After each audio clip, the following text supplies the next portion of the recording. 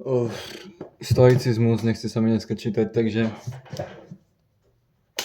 každý máme v sebe plameň a je to úplne 100% každého vlastná zodpovednosť, čiže moja zodpovednosť sa postarať o to, aby ten plameň nezahasol.